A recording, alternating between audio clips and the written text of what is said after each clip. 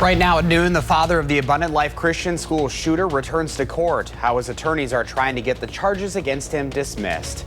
Plus, we're live as the Stuff the Bus campaign moves to distribute hundreds of school supplies to local kids just in time for the new year. This is News 3 Now at noon. Thanks for joining us. I'm Josh Breiter. Today, the father of the Abundant Life Christian School shooter is due back in court. Jeffrey Repnow is charged with 2 counts of intentionally selling a dangerous weapon to a person under 18 and contributing to a child delinquency. A criminal complaint says he gave his child access to guns despite knowing about her mental health issues. This comes after his attorneys requested to dismiss the complaint earlier this week. Last December, his daughter opened fire at ALCS, killing a teacher, a classmate, herself, and injuring 6 others. Right now, Repnow is in the bail hearing at the Dane County Court. We'll have more on what happens in court later on Live at 4 and channel3000.com. The man accused of a triple homicide in New Lisbon will head to trial. Virgil Thu faces several charges, including 3 counts of first-degree intentional homicide and 3 counts of hiding a corpse. He's accused of killing his partner, 33-year-old Elizabeth Kolba, along with a 12-year-old girl and a 13-year-old girl. A criminal complaint says a child did not return home, and her Snapchat location showed her at a house in New Lisbon. When officers got there, they did not find the child. Police say the child was last seen with another child in the case, Thu's stepdaughter, who was also not at her home. Later, police discovered 3 people dead at the New Lisbon home, all with gunshot wounds. A few weeks later, officers found Thu sleeping in an alley. He told detectives he remembers shooting all 3 victims. Thu is due back in court October 29th. If convicted, he faces life in prison. New developments on the Portage police officer accused of abusing his 6-month-old son. Officer Cameron Coronado's bail is now set at $10,000.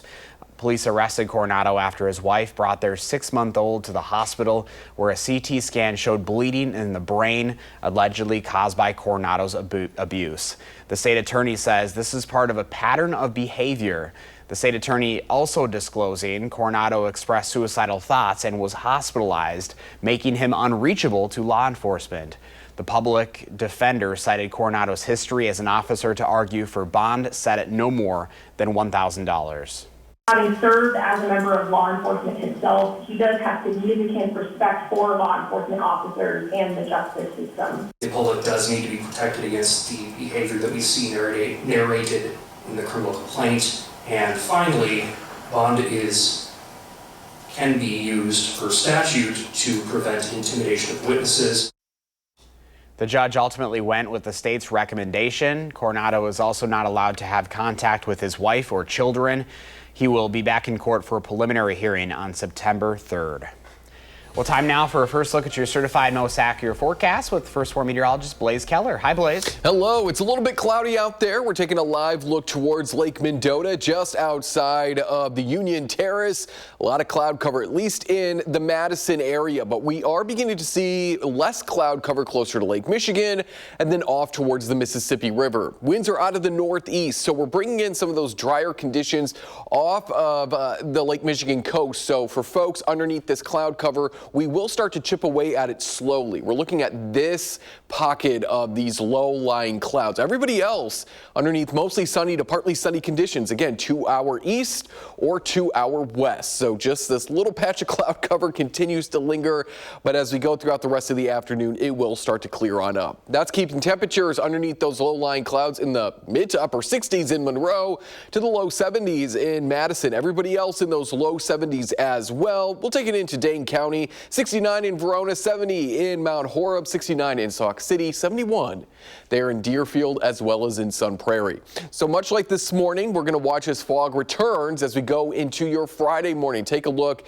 It kind of peaks there as we go into the 5, 6, 7 o'clock time frame, and then by about this time 24 hours from now, we should be sitting underneath less foggy conditions. We're going to be tracking rain in the forecast. It is going to return, but it's not going to stick around when the rain returns. And then the nice, comfortable temperatures that we're expecting as we head into the start of next week. That's coming up all in the full forecast. And I might be joined by a helper. Yeah, we got our pet of the week. It is Thursday. All right, Blaze, see you in a few minutes.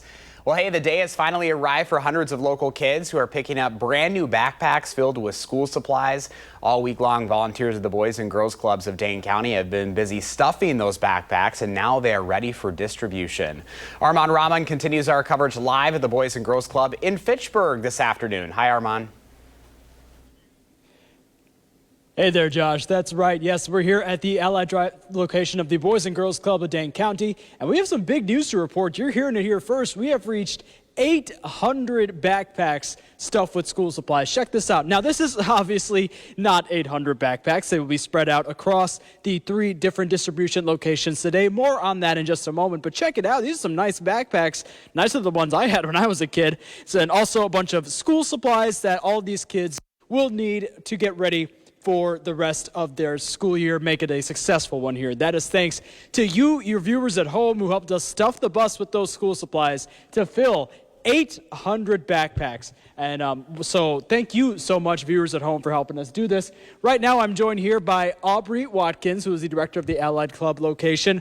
Aubrey, 800 backpacks. Tell me sort of, how does it feel, and how does this compare to other years? Compared to other years, we are definitely up in our backpacks, which is amazing because our clubs serve over 5,000 youth and teens annually, and our biggest mission is to get school supplies so that they are ready, they are set for an amazing school year, and we cannot do it without our volunteers and our amazing partners and our community coming together. Definitely. So tell me a little bit about, 4 o'clock is when the distribution will start. How is this going to work here and at the other locations? Yeah, absolutely. So at 4 o'clock, we're going to have all our families coming in, our community members, our Boys and Girls Club members and their families, and they're going to come in. We're going to have fun. We're going to have community partners here. We're going to have mini golf at our Allied location. We're going to have a ton of fun.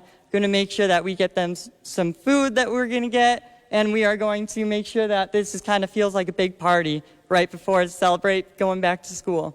Definitely, definitely. And if people see this, they still want to help out. Obviously, Stuff the Bus has ended, but what are some different ways they can help, make these kids have a wonderful school year? Absolutely. So we will be accepting donations at our clubs until 6 p.m., until the end of our drives and open houses. We can also support through our website through monetary donations as well to help us get those school supplies that we may have not been able to purchase. Awesome. Well, we are so excited to see these kids come here and stuff their backpacks full of school supplies. Aubrey, thank you so much. Yes, thank you. And here's a look at the 3 different locations, the distribution locations across Dane County that different kids and their families can come today, stuff their backpacks with their school supplies, and also have a great time here. I'll be here at 4 o'clock, 5 o'clock, and 6 o'clock as the distribution starts, so make sure to tune into News 3 Now live at 4 as we see those kids come in, I'm sure full of smiles and ready to get their backpacks full as well. For now, reporting live at the Boys and Girls Club of Dane County in Fitchburg, Armand Rahman, News 3 Now. 800 backpacks. Wow. All right, Armand, thank you. Well, WISC-TV and Television Wisconsin have completed a major upgrade to our over-the-air broadcasting system with 2 new transmitters. This means that those watching us with an antenna will need to rescan their TV. To rescan yours, all you have to do is open your TV's menu, select settings, then choose channel scan or auto tune. We also have these instructions at channel3000.com/rescan. If you watch WISC on cable, satellite, or streaming, you will not need to make any changes. Coming up next on News 3 Now at noon, Google unveils its latest line of smartphones, watches, and earbuds. Plus, could a flying boat be the next big thing in travel when its creators say they plan to ship out the first vehicles?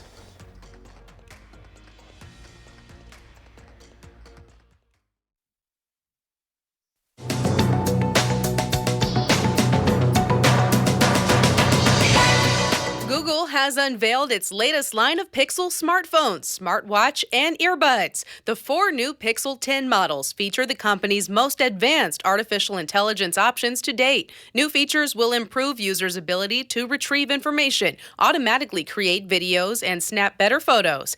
The new models range in price from $800 to $1,800. The Pixel 10 hits stores August 28th. Starting today, buying a Sony PlayStation 5 will be $50 pricier. The gaming console now costs $549.99 in the U.S., according to a company blog post. The digital edition is $499, and the PlayStation 5 Pro is $749.99. Sony cites a challenging economic environment as its reason for the price hike. And could this flying boat be the next big thing in travel? Regent Craft is testing its all-electric sea glider in the Narragansett Bay off the coast of Rhode Island. The airplane boat hybrid glides at speeds up to 180 miles per hour using physics similar to pelicans and other birds that skim the water. The company says it expects the first generation of sea gliders to be delivered in 2027 to multiple countries for use as a coastal ferry service for goods and people. Regent Craft says it also has contracts with the U.S. Defense Department. That's your CBS News Money Watch report. For more, log on to cbsmoneywatch.com. At the CBS Broadcast Center, I'm Jesse Mitchell. Here's the stock report at the noon hour. The Dow is down 208 points, NASDAQ down 118, and the S&P 500 down this hour 28. Pam has the farm numbers ahead, and Blaze is tracking the first warn forecast. And later on Live at 4, Madison Magazine's editor-in-chief stops by to tell us about the publication's latest edition.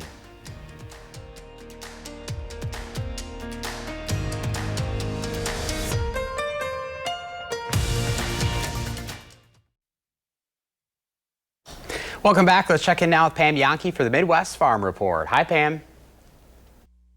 Hi, Josh. You know, just like any of us, production agriculture not getting any younger as far as the folks getting into it. So whenever we get a chance to recognize young farmers, we want to try to gravitate toward that. The latest numbers from the U.S. Department of Agriculture and the 2022 Census of Agriculture shows most of the small farms in the United States are still family-owned and run, and that makes up the majority of agriculture. 85% of all U.S. farms are those small family farms that are still operating today. They're focused in on unique aspects of what's happening in agriculture, though. Maybe they're selling beef directly to consumers. Maybe they're growing a unique crop. In fact, coming up during Taste of Madison, you'll have a chance to step into the pairing tent at Taste of Madison, where you'll get a chance to visit with 7 different farms from around Wisconsin that are producing unique product that chefs will turn into a charcuterie cup that you can walk around with. That's during Taste of Madison. If you're all about food, I hope you'll also plan on joining us September 14th. That's a Sunday, as I pitch in with River Food Pantry to give you some more tasting opportunities. I'm partnered up with my friend Tim Van Doren, who's the chef at Steinbach's on Orchard. We've got a special recipe we'll be sharing along with other celebrity chefs and special guests, and it's all designed to raise money for the food pantry, River Food Pantry. Tickets are $100. Please make sure that you're going to their website to secure those, riverfoodpantry.org, and then plan on getting ready for some great sampling and voting on Sunday, September 14th from 1 until 4 at the East Side Club off Monona Drive. I'm looking forward to it myself. In fact, going downtown to meet up with Tim on our game plan in just a couple minutes. So 2 o'clock this afternoon, USDA is going to be releasing our next milk production report. I was talking with Mike North, one of the principals of EverAg down in Platteville this morning. He said, you know, really, despite the fact we might be growing milk production, it's coming at the right time. What's one of the things that will automatically be in high demand right after Labor Day? That would be school milk, right? So the milk program at our local schools helping to drive demand. And we're already starting to think about the holiday season. So if the numbers come out big this afternoon, North feels pretty good that we're in a pretty decent place, even with lackluster retail consumption, to still be able to absorb that into the food chain. No change today on barrel cheese, but in lieu of that report, 40-pound block cheese went down 8 3/4 cents to $1.78. AA butter down a nickel today, $2.24 a pound. That report's out at 2 o'clock this afternoon. Josh, I bet we're talking about it this time tomorrow. I'm sure we will be. All right, Farm Babe, have a great afternoon. Almost Friday. I can smell the weekend. How about you? Yes. Yeah, I'm ready. I am too. Well, hey, time now for our certified most accurate forecast with first warning meteorologist Blaze Keller and, of course, our friend of the week. Yes, Lizzie with a Y, and we're going to learn more about her. She just is coming down from just meeting everybody out in the lobby. She is panting because of that. She was running zoomies, and I think that is an understatement for what she was doing, but she is an adorable little girl, and we're going to learn more about her, but she's going to help me do the weather today. So Lizzie, we're looking at slow clearing today. That low-level cloud cover and a little bit of fog from this morning is still lingering around for parts of Dane County as well as into parts of Greene County right now. Tonight, the fog returns, and then as we look ahead into Friday, we should stay dry for most of the day, and then overnight we see some showers and thunderstorms coming out of northern Wisconsin. Not too bad, just a marginal risk. So the green there is that isolated chance, Miss Lizzie. we're looking at maybe 1 or 2 severe thunderstorms. Wind and hail are going to be the greatest threats as a cold front moves on through. But watch as Future Track really brings a lot of that activity into the morning hours. Lizzie, we can watch the little TVs here. And then into the evening and overnight, we really see it fall apart. It's not a strong cold front. There's not a lot of moisture for this to use. Not to mention this low pressure system isn't particularly strong. So again, we're not in the severe weather threat, but we may see 1 or 2 thunderstorms, maybe 1 severe thunderstorm as it travels out of more northern and central parts of Wisconsin into some of our more northern communities, mainly Juneau, Adams County, Monroe, Vernon, as well as Waushara, Green Lake, and Marquette counties. Lizzie here, she's quite a little trooper. She's very cute. She's very silent. Oh, she's just a cute little puppy, and she's very soft. And she's helping me tell that we're gonna, again, take it in closer to home and see those quiet conditions as we head into Friday night. Again, 1 or 2 thunderstorms can't be ruled out, but this is really our only chance for rain, at least as we head into the weekend.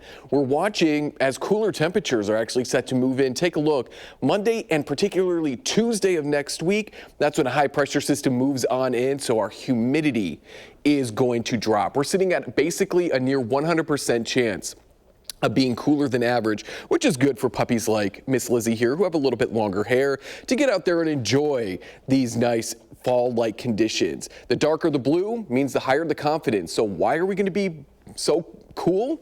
Look at all those greens and yellows over us. Look at where all those reds and oranges are up into parts of Alaska, Canada. So much like a couple of other times that we've been cooler than normal during the summertime, we take their cooler temperatures so that they can warm on up. There is a look at that 7 and 10 day forecast.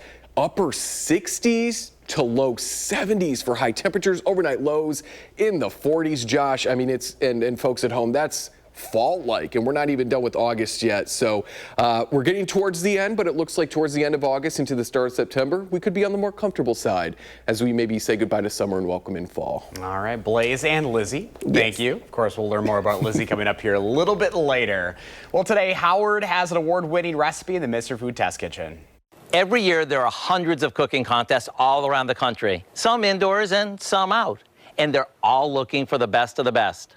Over the last few months alone, amateur cooks, as well as professionals, have tried their hand at being named top dog for their award-winning recipes. We're talking everything from to-die-for pies to the best burgers around. And to make it easy for you, we've assembled a list of cooking contests, and it's available for you online. I also want to stress that what makes an award-winning recipe in our test kitchen is one that your friends and family love, not just some judge. So with that said, let me share a recipe for a potato salad that's a hands-down winner every time we serve it. It's a basic potato salad that's studded with red pepper, celery, and hard-boiled eggs. But the thing that sets it apart is how creamy it is. If you like the secret that makes this award-winning potato salad so special, along with a free e-cookbook of some of our favorite potato salad recipes, go online so you can taste test these with your gang. To me, potato salad is a year-long favorite, whether you serve it inside or out. I'm Howard in my backyard, and tomorrow I'll see you back in the test kitchen for even more ooh, it's so good.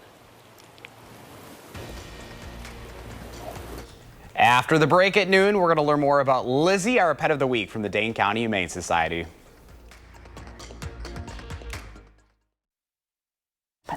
Welcome back. Time for Potentially Yours on a Thursday afternoon. Mr. Bernard is here with our pet of the week, Miss Lizzie. With a Y, Yeah, look at this. not an I. See, I didn't get any of that, but I think the bright lights kind of shied her up a little bit. And she knows you. She just met me. She did good with the weather. She was very, very calm for kind of a, she's got a little puppy in her, but you said that she might be a young adult. Tell us about her. So they think she's a young adult. Okay. She was found as a stray on the east side of Madison, running around a parking lot of a grocery store. Okay. And our team, they spent several days trying to locate anyone who was missing a dog like her, checking out different Facebook websites, because they do have different lost pages, checking out. We have a way that you can even file a report, and nobody reported her, so now we're trying to find her a new home. She's a good doggy, too. She's very good. She actually knows, like, sit. Yes. She does this cute little thing with her paws where she's like, and so it's all very cute, super snuggly. Yes. She's not a shedder. So far, no. Yes. But she does have shy moments. Yes, you were telling me dogs in particular in new places. Yes. She's not a big fan of other dogs, so she's looking to be your one and only. By herself. Yes. I mean, look at her. Why not? She needs all the attention. She's a little princess, and we love her for it. Any idea what age? For the adopter or her? For her. They just said an adult, but I would guess on her how active she is, probably pretty young still. Okay, yeah. But she rode really well in the car, got in on her own and was just sitting in the back seat watching out the window. So she's very well behaved when you hang out with her. She does pull on a leash. Okay. But otherwise, she's very, very sweet, Well, we lovely are going to lap find her a dog. home. Yeah. Oh, yeah. Thank you so much for bringing in Lizzie. Hey, an update on last week's pets. They were adopted. Yes! Inky and Bijou, is that how you say it? Yes, I wasn't Bijou. here. Oh, so great. Au revoir, Bijou. Thanks for joining us today. Have a great afternoon.